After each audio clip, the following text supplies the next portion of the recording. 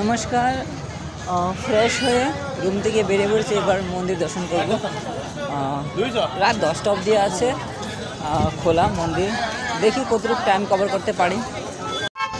মন্দির চত্বরে আমি চলে এসেছি, এবার আমাকে এখান থেকে লাইন দিতে হবে, লাইন দিয়ে তারপর দর্শন করতে হবে।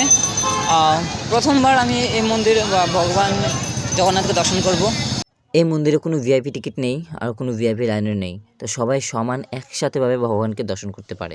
জয় জগন্নাথ। এবার আমি সিংহদ্বার দিয়ে প্রবেশ করতে যাব আর ভগবানকে দর্শন করি। চলো। আমার ভগবানের দর্শন হয়ে গেছে, জাস্ট বেরিয়ে আসলাম দর্শন করে। অনেক ভিড় ভিতরে, যেহেতু এটা ডিসেম্বর মাস, তো ভক্তের আনাগোনা অনেক বেশি।